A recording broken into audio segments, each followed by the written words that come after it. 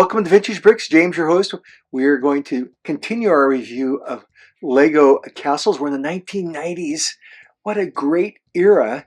If you missed my 1980s and the ones going forward, please subscribe to Vintage Bricks so you don't miss next week's.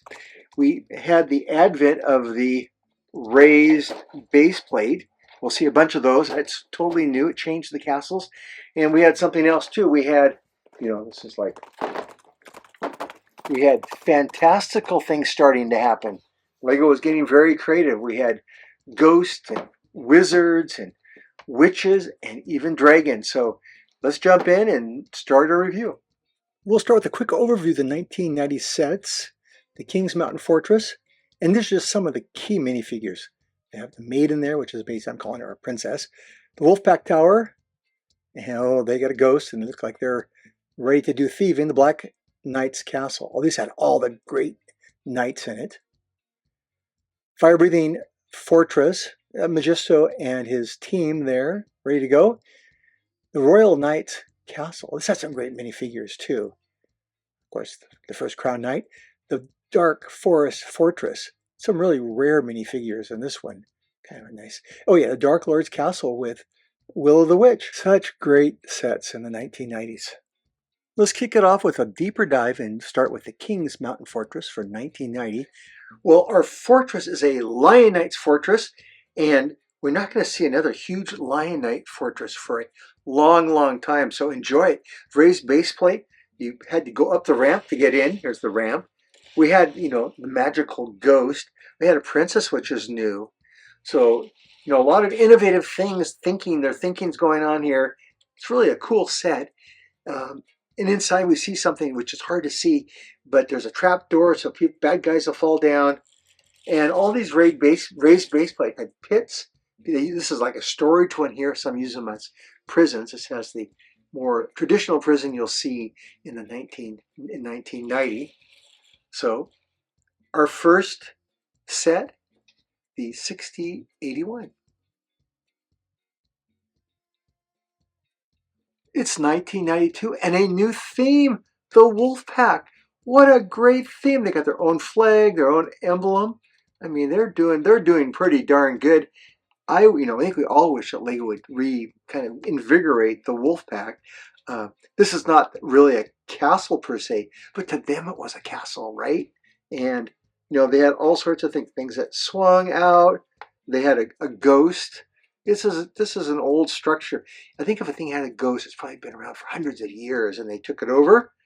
And then I'll spin it around here, and then inside the hill here, even the rocks move out of the way. So, good job. Now these guys snuck around and robbed things. They were sneaky little thieves, did their thievery. So, set 6075, the Wolfpack Tower. Here it is, 1992, the Black Knight's Castle. This is the classic of classics of the raised base plate. It has everything that you'd want in a castle. It's got the walls, got the different sides, got the entry, and it has these incredible collectible knights. Beautiful box. Got a living area here. Kind of a nice little flag there. Hopefully, this is a set that is on your wish list. The Black Knight's Castle, 1992. In 1993, Magisto comes onto the scene with his clan, another raised base plate set. So we'll love taking a look at this magical theme. 1993, and it's the fire-breathing dragon, and one of my all-time favorite themes. We have Magisto. He's, of course, the wizard, keeping track of it. It's not a classic castle, but doesn't need to be. Magisto takes care of everything.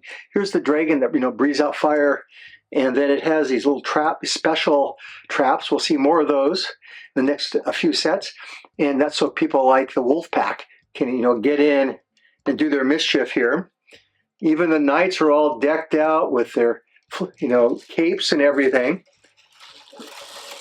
It has the stairs, multi-level with these raised base plates. Now you can see how they can go higher and higher with these to get, without creating bricks on the bottom here. And the green dragon, of course, I love the green dragon. That's sort of my emoji, I guess, for my vintage bricks. So set 6082, a great place to start your castle collection because these are fairly reasonably priced for used sets.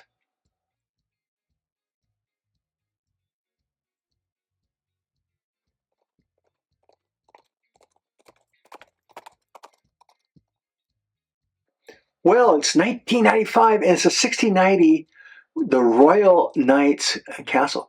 I think it should have been called the King's Castle because we actually have a king now, the Crown King. The king has arrived. So now sets going forward from now are going to have Crown Kings, and we'll be looking at those as we go forward into the next decade of sets. A great set. It had a little bit of everything. This large base plate. This was the granddaddy of castles to this point. Look at this. He's had a great dungeon inside here. Now that we have a king, we need a throne room. We have a throne room here for him, and traps everywhere. So the Royal Knights were living in luxury. So again, another great set for your collection, the 6090, the Royal Knights Castle from 1995. The Forestmen have returned. The Dark Forest Forestmen, 10 years later from the original set, but they're upgraded now, which is pretty darn cool. And they have a castle now in the trees, or I guess I'm going to call it a castle, their castle. A little hideout in the trees. And this is really a scene, a playable scene of ambush when you have the Dragon Knight and the Black Knight. They come in, and I'm sure these guys are going to rob them. I have a little video to kind of break things up to show you how that happens. Okay, the gold cart is going through Sherwood Forest. See what happens. The Dragon Knights are taking a shortcut through the forest with the king's gold. And, Robin Hood says, you can't come through here. It says, my land. Yes, we can. We'll fight you for it. Well, Robin Hood says, if you fight me for it, I'll have to put you up in a cage with our little friend up here, the skeleton. Oh, the king's men aren't, the Dragon Knights, the king's men aren't fooled by that. But meanwhile, Robin's Hood men are pulling out the gold from the back of the carriage and sneaking it away. Oh, good move, Robin Hood. Way to distract him.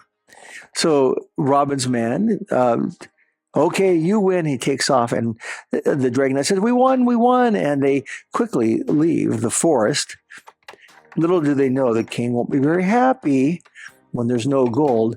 But certainly Robin Hood and his men are very happy because they have the gold. And there you have it. Well, I hope you enjoyed that video. Now, this is a great example of how the different factions are beginning to interact and be playable within the same set. And this is something I think Lego purposely started to do, and we'll see that going forward in the future themes all the way up until 2013.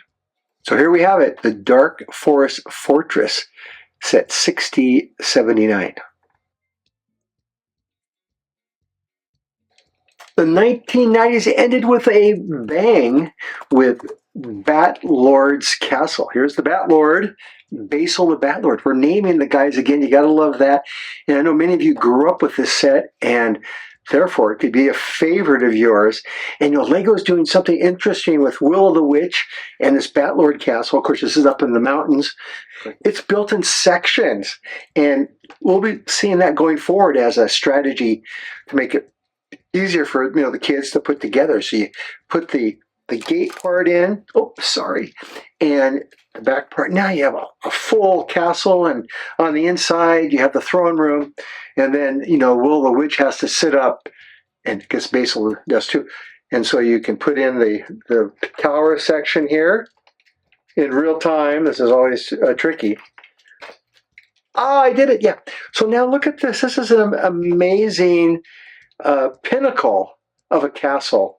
This is just a great buildable set, fun playable set, and it's great to see Lego keep pumping out these factions that are so creative and imaginative. The Dark Lord's Castle, set 6097 from 1997. as you can see, these are all the sets we reviewed the last couple of weeks. Next week we'll be going from 2000 to 2009, and I'll have 5 or 6 sets to review then, including the bonus Blacksmith's house here, and I think we'll learn some things with that. So hopefully see you next week on Vintage Bricks.